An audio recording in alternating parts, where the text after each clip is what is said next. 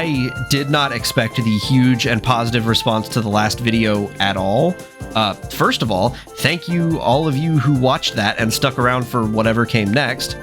In trying to come up with ways to get more content onto the channel, I decided that because I don't really follow big releases outside of the few a year I actually care about, I should just go down the list of my favorite games, making videos about them, and see how that goes. Risk of Rain 2 is a PvE, third-person, looter-shooter roguelike. Now, what does all that mean?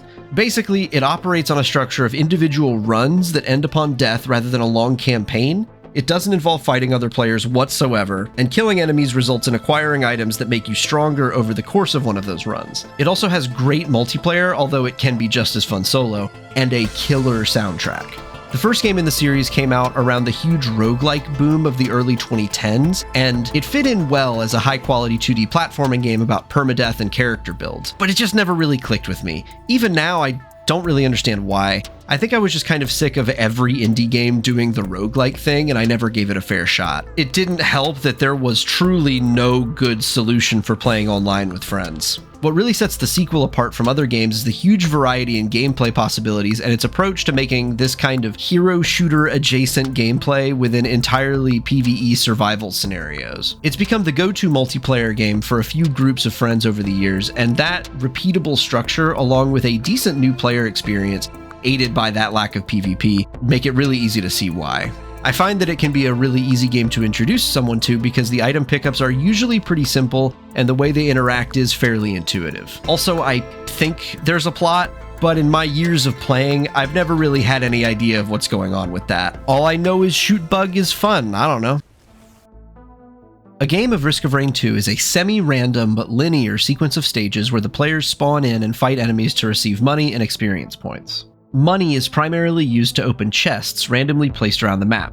Each one contains a mostly randomly selected item that gives a passive effect to the player that picks it up. Experience points, predictably, level up a player's character. This increases the character's base damage, health, and health regeneration. Once the players are ready to move on to the next stage, a teleporter is activated which spawns in a boss. In order to complete the teleporter event and move on, players must both kill the boss and stay near the teleporter to charge it. This basic cycle happens 5 times, and then the players have the choice of either looping, or starting the set of 5 cycles over again but retaining the difficulty, levels, and gear of the current run, or to move on to the final stage and end the run by killing the final boss. As time passes, the difficulty of the game will gradually scale up. This affects the amount, types, health, and damage of the enemies that you'll see. This is going to be your main drive for leveling up and collecting items, to keep your relative power above that of the enemies you're fighting. Because the items are mostly random, you will still get those drought runs where you truly cannot catch a break with item drops and you just die because you can't keep up. But the more you play the game, the more you learn how to mitigate this. A successful run usually goes on for roughly an hour, though it can go far, far longer. Effective use of your theoretically infinite inventory size can make you nearly unkillable. Big emphasis on nearly, though. There are other ways of prolonging and ending runs, but every run of Risk of Rain 2 follows this basic format. Before we go any further, I really want to investigate that roguelike term in the description real quick. It may just be the fact that the term has kind of lost all meaning since it became popular for smaller, lower budget games, but it still feels kind of reductive to call Risk of Rain 2 that. The game includes permadeath, as each run starts with a fresh character at level 1 with no items, and dying typically results in the end of a run. It also has randomized item drops that buff your character in a wide variety of different ways. One of the main elements that makes me feel weird calling it a roguelike, though, is the maps you play on. Typically, one of the main pillars of roguelike games are their procedurally generated levels, theoretically allowing for less content to be stretched farther than it normally would be. And this game does have randomly selected small variations of the available stages, but the environments are entirely handcrafted. Navigation is based on map knowledge rather than getting blindsided by every new level, and this changes the feel of the game and keeps me from wanting to describe it as a roguelike. I tend to mostly call it a looter shooter, more in line with games like Destiny and Borderlands. Even with that, though, it plays almost nothing like those either. Because typically in a loot game, you have a limited number of available slots for gear. Common loot becomes trash really quickly, and using anything but the highest quality items you can find is usually not a good idea. In Risk of Rain, on the other hand, you have a theoretically unlimited number of slots for items, and each rarity tier of loot has a distinct purpose in a build. You can also stack as many copies of items as you can find, adding to their effect, usually with diminishing returns after a certain point. Hey Hoopstar, what color item are you gonna get? Common items typically give increases to base character stats like critical hit chance, health, or movement speed. They're not as flashy, but they are essential to a build. Uncommon items are much more situational and rarely give flat stat buffs. Uncommon items do a lot more to shape the way you approach combat. This includes items like the Old War Stealth Kit or the Ukulele, which only do anything for you when a certain gameplay criteria is met. Even when an uncommon does give you a stat increase, it's something like Harvester's Scythe where the stat increase is worse than the equivalent common. Its real value comes from the more unique effect that must be activated first. Legendary items are incredibly powerful and rare items that can completely change your priorities for a build as soon as you pick them up. Some legendaries simply give huge buffs to basic attributes like Rejuvenation Rack or Alien Head. Others have extremely powerful effects that are more specific or situational, like Bottled Chaos or Brainstalks. One of my favorite types of legendary items are the ones that cause the game to start playing itself, like Frost Nova, Unstable Tesla Coil, or to a lesser extent, spare drone parts. Each category of item has a distinct role in a build. A cohesive build will be roughly shaped like a pyramid, with common items serving as your base. Really need common items that provide healing and damage even if they aren't as flashy, and you'll find a ton of them. So stacking up lots of common items that buff the most important stats for the build you're going for is really important to make it through a run. Uncommons, as the name would suggest, are rarer and more situational, and also the commons that you have so far will to a certain extent determine the best uncommons for you to pick up. Items like Kiaro's Band are almost useless if you can't do enough burst damage in a single hit. Legendaries are even rarer, and their usefulness can be affected by both your commons and uncommons.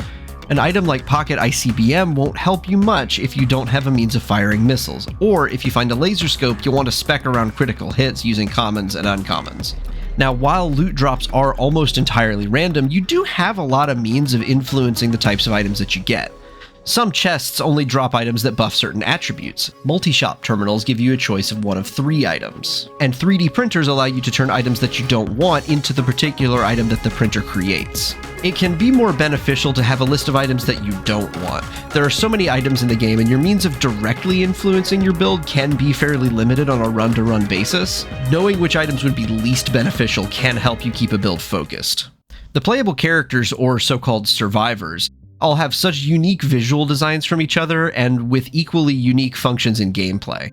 Impressively, they all fit within this same kind of general style. There was some light controversy when the Railgunner was first shown off, as there are some minor visual design elements that aren't super consistent with the rest of the survivors, but that really only speaks to how consistently Risk of Rain and consistently good the designs of the survivors are. Gameplay-wise, the variety of playstyles in survivors is really impressive. Swapping survivors can feel like playing a different game sometimes. With different base stats like movement speed and base health and completely different active and passive abilities, very separate objectives in combat, and wildly different means of traversing the maps. When you start the game for the first time, you will only have access to a few of the available survivors, but you will unlock the rest as you spend more time in the game. Some have pretty basic unlock criteria that you'll probably do by accident while playing, while others have extremely specific objectives you'll have to complete before you can play as them. Each survivor has a set of active abilities that are mapped to a core set of 4 keys. Each one of the 4 slots has a conceptual similarity among the survivors, but no 2 are totally alike in function. Like, your third ability will typically be traversal related, but every survivor's kit has a different idea of what that means, and sometimes you don't get a movement ability at all. Each survivor will also have a few alternate abilities that can be unlocked and selected from the character select screen. In some cases, you'll have abilities that are just more useful variants of the basic ability the survivor comes with, such as the commando's combat slide or his combat roll. In other cases, they can function more as side grades with very different utilities that come down to player preference. The differences between the survivors' abilities and their roles in combat influence the items you want to prioritize during a run. Most items are helpful on most survivors, but your base stats and abilities will determine what will be the most helpful to you. In a multiplayer scenario, this means you should be communicating about the items you find in order to make sure everyone has an opportunity to grab the most helpful items for their chosen survivor and build. Now, my go-to survivor has been Loader for a long time, mainly because grappling hooks make every game better. I have yet to find any instance that proves me wrong. Being able to do this while the rest of my group is struggling to get from one end of the map to the other is so satisfying. And her damage output is directly related to how fast you're moving when you hit, so you're not just encouraged to go fast because it's fun, but also because it makes you genuinely more effective in combat. One thing I really like about the survivors in Risk of Rain 2 is that they can't be broken down into generic roles like DPS, tank, or healer. Each one does have a different role in combat, and some are marginally more useful in co-op than in solo play, but the closest you can get to these kinds of distinct roles in a group setting is making sure you have a decent balance of single target and area of effect damaging survivors. Some of the better support strategies come from items that anyone can use. Outside of the normal item rarities, you can find Void, Lunar, and Boss items. Acquiring boss items is pretty self-explanatory. Killing a boss gives you a chance to take one of their abilities as your own. Void and Lunar items are much more interesting in how you get them and how they slot into a build. Now, Lunar items are kinda terrifying. They usually have a really interesting upside with a considerable downside. Picking up a Lunar item without being certain of how it will affect the rest of your run can ruin it for you and, depending on the item, the rest of your group. So I almost never pick them up. It just never feels worth it to me. Void items, on the other hand, appeared within the Survivors of the Void expansion and have, in my opinion, much more interesting effects without as drastic of downsides. Each one replaces a specific standard item and will corrupt any stacks of that standard item that you already have when you pick up the Void item. The ways that these can affect your build are huge, but at the very least they can function as side grades, like replacing damage over time bleeding effects with roughly the same burst damage in Collapse. And occasionally they feel like straight upgrades to the standard item they replace. And with that, we may as well talk about the rest of that expansion. It came out about a year and a half after the base game and added a lot of content for the money. It adds the Void item type, as I said before, 2 new survivors that have playstyles just as distinct as the rest of the cast, new maps with some sick tunes, and a new mode that provides a much more low-stakes experience to blast some bugs and chill with friends. Those 2 new survivors were the Void Fiend and the Railgunner. Now, before the expansion dropped, I thought for sure I would put way more time into the Void Fiend and not care too much for the Railgunner. Once I got my hands on them, though, it didn't quite work out like that. Railgunner quickscopes are so fun and satisfying. Once I get to a point in a run where I can fire more than once without descoping, I forget sometimes that I have that ability just because of how satisfying the quickscopes are. Void Fiend is fun, and even though he isn't the only one, a character that uses their health as a resource is always interesting. He has 2 states that activate based on how much you have recently either taken damage or healed up. As you take damage, you build up Corruption, which progresses you towards his much higher damaging corrupted form. While you're in this form, if you heal, you lose Corruption and will eventually go back to the safer but much less damaging form. I just find that I can never swap between the 2 states at the right times because whenever I feel like I'd want to be careful with my health, it's the same times where I would want to be dealing more damage. It can also complicate a build because you need to think about both states when picking up items. I'm sure if I invested the time to learn him, I'd get it, but I never found actually playing him as compelling as I thought I would. Lastly, the new mode, the Simulacrum, turns Risk of Rain 2 into a wave defense game. It basically eliminates the exploration and looting phases from a stage and gives you a few teleporter events to complete before moving on. I mentioned that this makes the game way lower stakes, and that's really only the case in multiplayer. The biggest difference from the standard mode is that dead players respawn after each wave. This gives the group as a whole far more chances to survive within a run and makes individual deaths almost meaningless so long as the remaining players can survive for a couple minutes on their own. I've never been wild about how the Simulacrum is just all purple. Risk of Rain 2 has such a varied and fun color palette, and while I get the developers wanted to give the mode its own visual identity, it kind of removes a lot from the game visually and makes me want to play it less. Within the community, there is a huge debate on how best to progress through each stage. It boils down to some players wanting to spend no more than 5 minutes per stage so as to keep the difficulty scaling in check, and some players wanting to make certain that they loot every possible item from a stage before moving on, which can take significantly longer than that. I usually tend toward moving on faster, using 5 minutes per stage as a guideline rather than stress out trying to make sure I fully loot a stage. That being said, I only use 5 minutes as a loose guideline, and I really only play this way in single player. I usually don't feel like yelling at my friends to move on just because the timer says so. I'm also aware that, because of the way difficulty scaling actually works, full looting a stage does a much better job of staying ahead of the difficulty so long as you're working towards an effective build. There's a small jump in difficulty going on to the next stage, and that usually wipes out any advantage you may have gained by adhering so closely to the 5-minute rule. So if anybody yells at you for taking over 5 minutes in a stage, just know they aren't helping as much as they may think they are. The handcrafted environments really help with efficiently collecting as many items as you can. Being able to keep a map's layout in your head as you traverse it, as opposed to a standard procedurally generated roguelike stage, really helps the game flow as well as it does. If Risk of Rain 2's stages didn't have nearly entirely set layouts, you would spend a portion of every run you ever play guessing what's around every corner. Instead, the more you play, the better you can route yourself around to effectively sweep a stage. And with that difficulty scaling in play, this will become a huge help over the course of a run. The maps also contain a number of fun arenas for your use in combat, allowing you to take advantage of tight choke points or cover from high ground. They all have dynamic layouts that allow for a fun variety in combat scenarios like any other good set of maps in a multiplayer shooter. And they aren't just functional either. You may be able to tell, but they all look great. They inspire such a feeling of mystery. The scale that the maps work with gives a sort of Halo-adjacent vibe. Looking up and around at huge environments, both natural and otherwise, gives me that same sense of wonder that some of the best maps in the Halo games do. This speaks more to the aesthetic of the entire game, but the color scheme is very easy on the eyes. Each run is going to take you about an hour, and a session might have multiple runs in it. Bright, flashing colors would get exhausting after a while. The game saves its brighter, louder effects for less frequent and more important elements for the most part, allowing the maps to be intricate, cool-looking backgrounds to the action. And the music in the game is just chef's kiss. Outside of the music just being a good listen, it does a great job following the pace of gameplay. The music isn't dynamic or anything, but the general flow of combat outside of the usual very tense situation is more laid back than your typical shooter. The pace comes from the slower movement speed and high enemy volume as compared to most shooters. As you kill more and more enemies, it can go a bit Cocomelon sometimes, and really tense combat music would get grating after a while. The tracks are perfect for the gameplay involving holding the mouse button or spacebar as huge amounts of enemies die around you. As pieces of music, they're incredible. They inspire that same sense of wonder that the environments do. The dark electronic sounds contribute to this mysterious alien atmosphere, and the relatively lower tempos give a chance to really take that atmosphere in. The boss themes buck this trend somewhat, going higher in BPM and involving more traditional drum kit sounds and guitars in with the existing instrumentation.